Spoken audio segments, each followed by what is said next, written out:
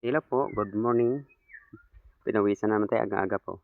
Kasi 'pag umaga kasi ano 'to exercise, akyat baba sa niyog. Andito tayo sa taas na naman ng niyog ano, 'yan.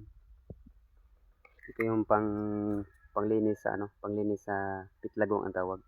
Idukot dito sa may ano na 'to. Mga idol, may sasabihin ako sa inyo, kuwento na naman 'to. Alam niyo naman na ako ay hindi naubusan ng kuwento. Kuwento na may pakinabang, kuwento na walang pakinabang sa iba. Pero 'pag nakinig ka at saka isipin mo, sabi mo parang may sense naman na. Ito po pa kasi mga brad 'no, mga idol, sa ating munisipyo mayroon tayo diyan na yung before magpista, nagbutang ng tent ang mga members ng mga agriculture. Kasi hinihimok nila yung gabos lahat ng mga barangay na may mga organisasyon na magtitinda. Start yata ng August August 1, August 2 hanggang August 12. Nagtitinda ng mga agricultural product na galing sa kahit ano-ano ang mga pananim mo sa bukid, pwede mong dalhin doon kasi kung anong barangay ang kaibigan mo, "Oh, Brad, diyan ako diyan ko ipaki-display," gano'n. Ah, Napakagandang programa 'yun kasi napapansin ko, marami kasing mga taong mga farmers na nahihiya magbenta 'no, mahiya magbenta kasi alam mo naman, hindi sanay magbenta, sanay lang magtanim. Tapos kung halimbawa baga na pinupuntahan sila sa kanilang mga pananim, binibili lang ng mura, murang-mura ang pagbili kasi alam mo naman na nahiya sila sabi, "Oh, magkano bili ko dito?" Sabi, "Bahala ka na diyan." Gano'n ang sinasabi, bahala. Pero 'pag idaan sa magandang presyo, magandang marketing, mas lalo silang maengganyo magtanim kasi, "Uy, mahal pala yung mga paninda ko, mahal pala yung mga pananim ko." Pero kung aantayin niya lang na may bibili sa kanya sa barangay, wala. Parang ano lang ba, parang sinasabi konsiderasyon lang ang pagbayad. Ang para sa akin, bakit kaya hindi ituloy ng munisipyo 'yun na mayroon tayong tinatawag na tabo-tabo? Kasi ang tawag diyan sa amin, tabo-tabo 'no, sa Mindanao. Sa iba naman tianggi, tianggi ng ano, maglagay lang ng araw o Biyernes ba, Sabado, gano'n. Yung mga ano ba, yung mga oras na mga time na yung mga tao wala ng trabaho sa munisipyo. O karamihan kasi mga Sabado. O na dito sa atin sa probinsya wala pa man ditong mga tabo-tabo, wala pa man tianggian, puwede dito gawing Sabado at saka Linggo.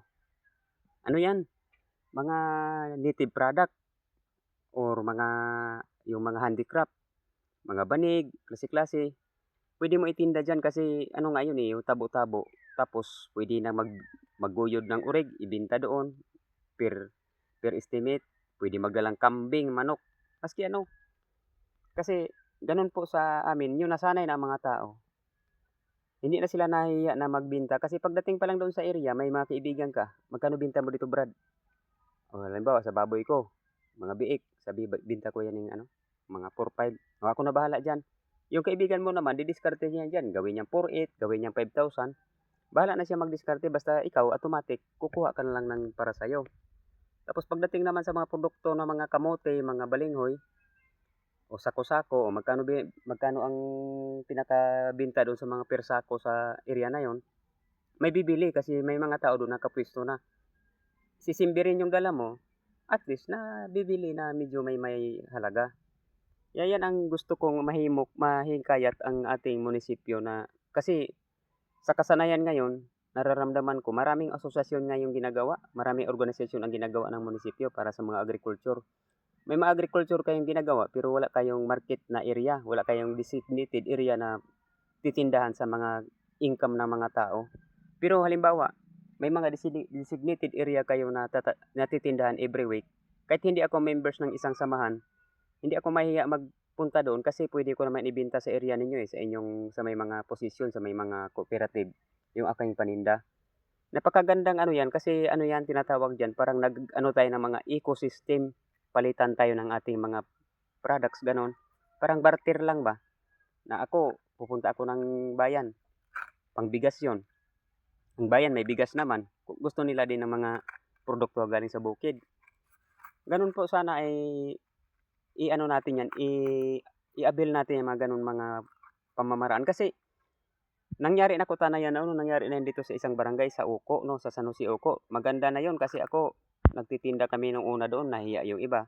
Pero yung dumating ng mga 3 weeks na, marami ng mga namimili, marami ng mga taong pumupunta ng mga pulis doon, eh, iba. Pero na-cut lang yun dahil nagkaroon ng COVID kasi time yun ng COVID-19 yun. Pero nakailang linggo kaming tinda doon, napakaganda kasi ako nga may mga maisan ako noon. 'Pag kinulang sabi ng ano, "Ay order pa ako ng isang sako." Sabi ko sa anak ko, "O diyan na muna kayo bantayan niyo yan diyan kasi sasaglit ako." Takbo ako kaagad sa garden ko, harvest ako ng isang sako. Oh, sabi ko, "Mag-antay ka lang ma'am kasi madali lang yan makakakuha na ako." O gano'n kasi may mga buyer na pumupunta sa lugar dahil alam nila may market day doon. Klase-klase yung mga paninda, mga kamote, maski ano, mga basta sa bukid. O lalo na nito may suka na ako, naku binta ko yang suka do'n marami, madaling mabenta yan. Ang ano lang natin dito, isanay natin ang mga tao na may mga tabo-tabo. Kasi kahit ano nga barangay yan pumupunta yan, kahit malayo yan kasi naaraman din nila na medyo mura ang binta. Parang ano din ang tawag-tawag yung parang kadiwa ang dating. Pero yung kadiwa na yun hindi yun nakukuha tayo ng pondo galing sa gobyerno. Yung kadiwa na yun na style, kanya-kanya ng negosyo, kanya-kanyang puhunan, pero nakabibili ka ng mura kasi mga simber-simber tapos mabenta mo kaagad sa oras na yun kasi may mga tao na bibili. Yan lang po, sana po marinig 'to ng ating munisipyo, marinig 'to ng ating mga nasa agriculture.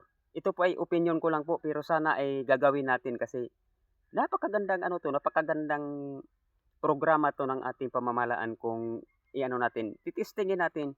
Kasi marami na kayong tinatayo na cooperative. Aanuhin mong cooperative, may mga produkto kayo kung wala naman mga buyer, 'di ba? Yan lang po. Thank you, salamat.